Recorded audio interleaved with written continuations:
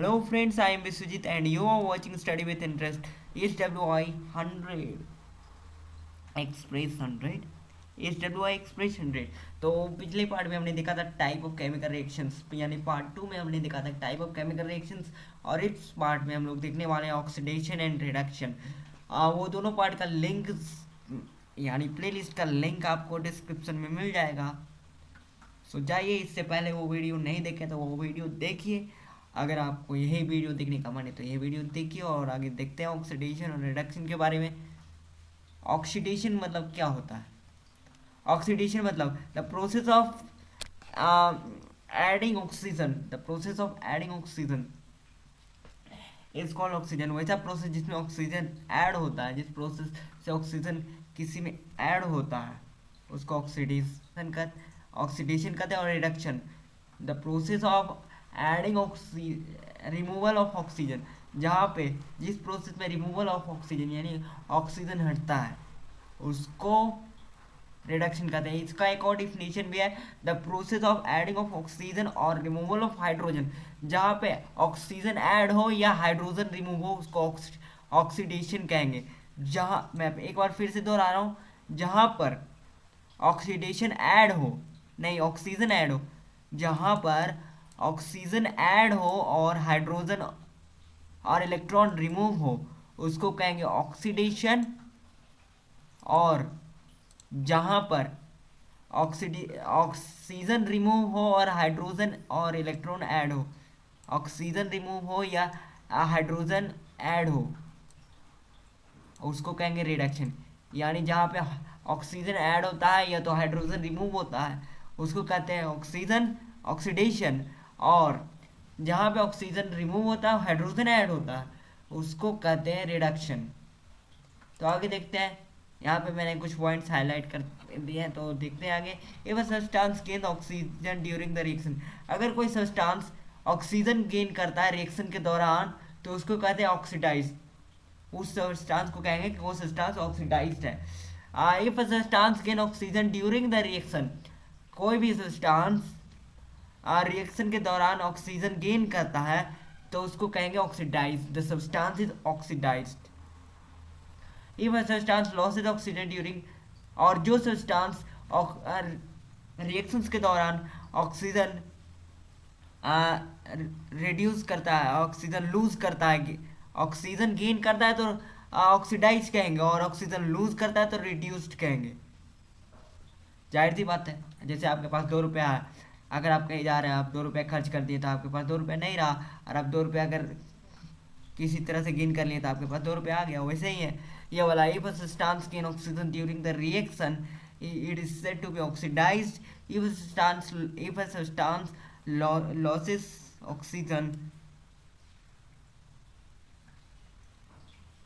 During the reaction is said to be reduced. आगे देखते हैं, यहाँ पे कुछ एग्जांपल भी दिया हुआ है, ये ऑक्सीडेशन का है, ये रिडक्शन का है।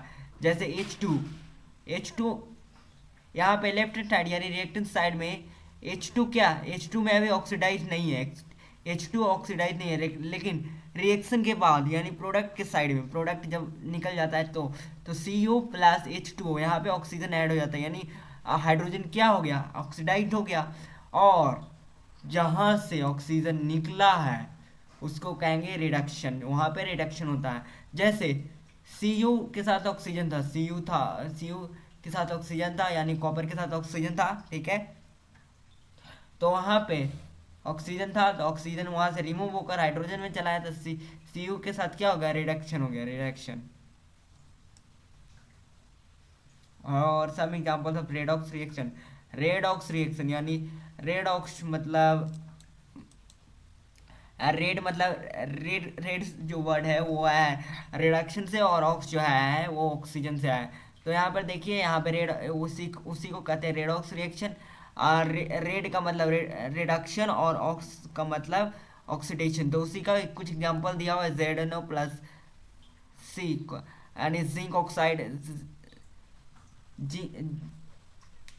Zinc oxide plus calcium equal to zinc plus CO, calcium oxide फिर बन गया। ओके, आगे देखते हैं, और इसका भी एग्जांपल, ये भी उसी का एग्जांपल है। तो आगे देखते हैं। In the reactions carbon is oxidise to CO and ZNO reduce to ZnOI वाला दिया हुआ है, जो ऊपर हम लोग एग्जांपल देखें कि जिंक ऑक्साइड में प्लस कार्बन, तो जिंक जो है ऑक्सीडेंट, जिंक के साथ रिडक्शन रिडक्शन होता है और ऑक्सीजन कहाँ जुड़ जाता है, कैल्शियम के साथ जुड़ जाता है। और यहीं पे ये भी है Mn। तो अब आगे देखते हैं ऑक्सीडेशन और रिडक्शन के बाद अब दूसरा पॉइंट आता है। Have you observe that the effect of oxidation and oxidation reaction in everyday life? क्या आपने ऑक्सीडेशन रिएक्शन को के इफेक्ट को एवरीडे लाइफ में देखा है? हाँ, करोजन। करोजन जो मेटल पर कुछ परत जम जाते हैं, कुछ उसको कमजोर करने के लिए, उसको सड़ाने के लिए, उसको सड़ाने गलाने के लिए जो परत जम जाते हैं उसी को करोजन कहते हैं। जैसे आयरन पर रेड ब्राउन कलर का रस्टिंग हो जाता है, उसी को करोजन कहते हैं। सिर्फ आयरन में ही जो होता है ऊपर जो लेयर जम जाता है रेड रेड ब्राउन कलर का, उसको कहते हैं रस्टिंग। लेकिन सिल्वर में जो ब्लैकिश कलर का ऊपर में जो जम जाता है लेयर, उसको करोजन कहते हैं, उसके साथ करोजन होता है। And the green coating of copper और the green coating of copper the black coating on silver, जो सिल्वर जब बहुत पुराना हो जाता है या तो थोड़ा भी पुराना होता है तो वहाँ पे ब्लैक कोटिंग हो जाता है। ब्लैक कोटिंग उसी को कहते हैं करोजन। यानी और वो करोजन करता क्या कि मेटल की एबिलिटी जो उसके पास रहता है उसको डाउन करता है, यानी उसको खत्म करता है। जैसे सिल्वर में चमक होती है, ब्लैक कोटिंग लग जाता है, वो कहाँ चमकेगा, चमकेगा ही नहीं, ठीक है। और उसकी जो स्ट्रेंथ है उसको भी कमजोर करती है। तो the green coating of copper, मैं स्लाइड लगा दूंगा और आप देख लीजिएगा लास्ट के वीडियो के लास्ट में। The green coating of copper, green coating जो रहता है कॉपर का, कॉपर जब बहुत पुराना हो जाता है, ये तो आप कॉपर वायर में देखे होंगे, कॉपर वायर नहीं, जो कॉपर वायर या तो कॉपर से जो चीज मेटल बनी है वो भी बहुत पुरानी हो जाती है। तो आप देख सकते हैं ग्रीन कोटिंग ऑफ कॉपर है another example of corrosion. Green coating जो कॉपर पे हो जाता है उस अदर एग्जांपल ऑफ करोजन है, यानी करोजन का कुछ दूसरी एग्जांपल भी है। Corrosion causes by damage, corrosion causes damage to car bodies, bridges, iron railings. देखिए करोजन का काउज बताया गया, करोजन क्या क्या कर सकता है। Damage to car bodies, car का जो बॉडी होता है, कार का जो बॉडी होता है उसको डैमेज कर सकता है। आयरन का जो ब्रिज होता है उसको भी डैमेज कर सकता है। रेलिंग शिप्स, रेलिंग जो हमारी छत में जो आयरन लगा हुआ है वो भी उसको भी डैमेज कर सकता है।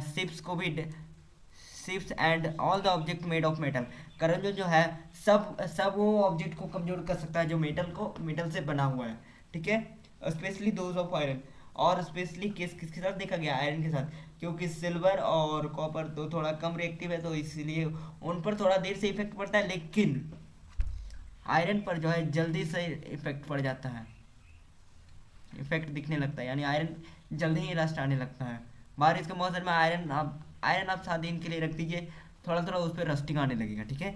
अब देखते हैं इसके बारे में। You have more learn voting, you have been more vote, यहाँ पे दिया हुआ है you will learn more about corrosion in chapter 3। हम लोग चैप्टर 3 में करोजन के बारे में और जानेंगे कि करोजन होता क्या है। करोजन होता क्या है वो तो पता ही है, लेकिन और जानेंगे चैप्टर 3 में, अभी तो चैप्टर 1 में पढ़ रहे हैं। तो आगे देखते हैं रेंसिडिटी। रेंसिडिटी क्या होता है? हैव यू एवर रेंसिडिटी आगे देखते हैं। तो हैव यू एवर टेस्टेड और smell the fat oil containing food materials left for a long time? क्या आपने कभी टेस्ट किया या उस चीज को स्मेल किया, यानी सूंघ कर देखा है? इसमें आपसे पूछा जा रहा है, रेंसिडिटी में आपसे पूछा जा रहा है हैव यू एवर टेस्टेड और smelled the fat oil containing food materials left for a long time? क्या लंबे समय से जो ऑयल जिस फूड में ऑयल होता है, जो फूड ऑयल कंटेनिंग होता है, क्या आपने कभी उसको चख कर देखा या टेस्ट करके या स्मेल करके देखा है कि वो कैसा कैसा होता है, कैसा उसका स्मेल आता है, कैसा उसका टेस्ट है, देखा? When the fats and oil are oxidise, जब वो फूड में, जब वो फैट कंटेनिंग फूड या ऑयल कंटेनिंग फूड में ऑक्सीडाइज हो जाता है, ऑक्सीडाइज हो जाता है मतलब उसमें से उसमें ऑक्सीजन ऐड हो जाता है, तो दे बिकम रेंसिड। वो कुछ तो वो रेंसिड हो जाता है, rancid. And their smell and taste change, और उसका टेस्ट और स्मेल चेंज हो जाता है। Usually Usually, substances which prevent oxidation are added to foods containing fat and oil, keeping food in airtight containers. और ऑक्सीडे अगर हमको, अगर कोई भी सब्सटेंस को जिसमें ऑयल कंटेन है, जिसमें फैट है, ऑयल है, उसको हमको ऑक्सीडेशन से प्रिवेंट करना है, तो हमें उसको किसी टाइट कंटेनर में रखना होगा, टाइट कंटेनर या टाइट कंटेनर में रखना होगा, तो ये वो प्रिवेंट हो पाएगा ऑक्सीडेशन से। जैसे हम लोग देखते हैं कि खाना हम लोग सुबह में बनाते हैं, खाते हैं और रख देते हैं, कल सुबह फिर उसको खाकर देखिएगा कैसा लगेगा खाना। खाना थोड़ा खराब टेस्ट उसका आएगा और वो बासी टाइप का हो जाएगा। तो आगे देखते हैं। और ये रेंसिड होने से बचाने के लिए क्या करते हैं। आपने देखा होगा चिप्स के पैकेट को, चिप्स के पैकेट को आपने देखा होगा। चिप्स के पैकेट में चिप्स से ज़्यादा उसमें हवा भरी हुई रहती है। वो हवा नहीं रहती है, वो गैस रहती है, नाइट्रोजन रहती है, नाइट्रोजन रहता है उसमें। और वो ही नाइट्रोजन जो रहता है वो ऑक्सीडेशन से बचाता है, ठीक है। उसमें वैसा ही गैस बना रहता है जो ऑक्सीडेशन होने से बचाता है। तो हाँ, हम लोग को चिप्स आता है, हम लोग को चिप्स आता है तो उसमें कुड़कुड़ा लगता है, और वो उसका टेस्ट भी अच्छा लगता है। अगर वो गैस न रहे, वो नाइट्रोजन न रहे, तो वो फूड जो पैकेट है उसमें ऑक्सीडेशन हो जाएगा क्योंकि चिप्स में अक्सर चिप्स रिंग्स जैसे आप लोग खाते हैं, उसमें ऑयल कंटेनिंग फूड रहता है, ऑयल कंटेनिंग फूड रहता है जिसमें बहुत दिनों के बाद ऑक्सीडेशन हो जाता है। और ऑक्सीडेशन होने के चलते, ऑक्सीडेशन होने से बचाने के लिए ही उसमें जो है वो नाइट्रोजन गैस डाला जाता है। तो आगे देखते हैं। इसमें कुछ पूछा गया, do you know that the chips manufacture, मैंने वही बताया, do you know that the chips manufacture usually flush back the chips और back such as nitrogen to prevent the chips from getting oxidised.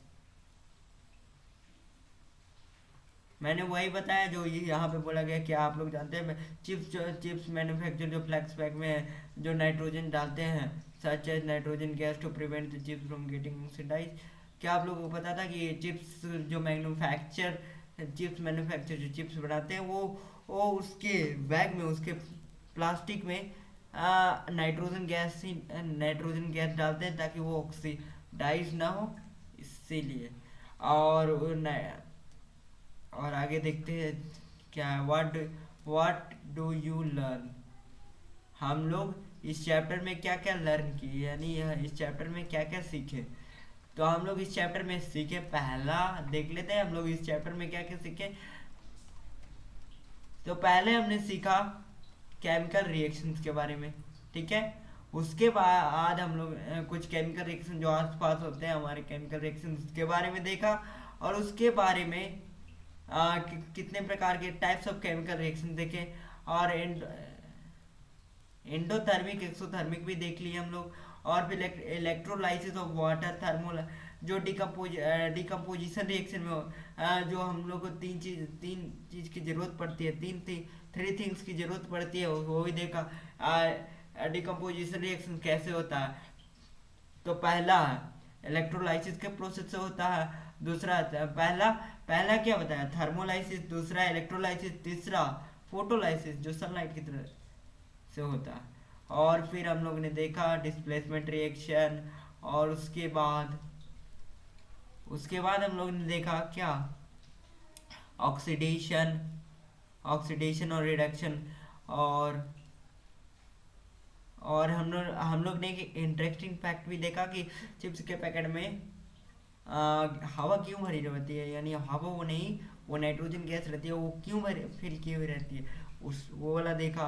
और करोजन के बारे में जाना, ठीक है। और वही दिया हुआ है, व्हाट डू यू लर्न, ठीक है। एक कंप्लीट कैम एक a complete chemical equation represent the reactants and product their physical state, and so a chemical equation and we so well so that the number of atoms of each of the type of involved in chemical reaction। ये वाला जो balance, ये वाला हमने नहीं पढ़ा है, okay. ये वाला इस पार्ट या इसका सेकंड पार्ट या इसका फर्स्ट पार्ट में हम लोग ने नहीं देखा। मैं हाईलाइट कर दे रहा हूँ, ये वाला हम लोग ने नहीं देखा अभी। तो ये वाला हो सकता है कि मैं नेक्स्ट पार्ट में लेकर आऊँ इसके बारे में कुछ। तो नेक्स्ट पार्ट मिलते हैं नेक्स्ट पार्ट में with balancing of chemical equations के साथ। तब तक के लिए बाय बाय। और आपको तो पता ही सब्सक्राइब का बटन कहाँ है, वो जाकर दबा दीजिए और हमारे चैनल के साथ बने रहिए। तब तक के लिए बाय बाय।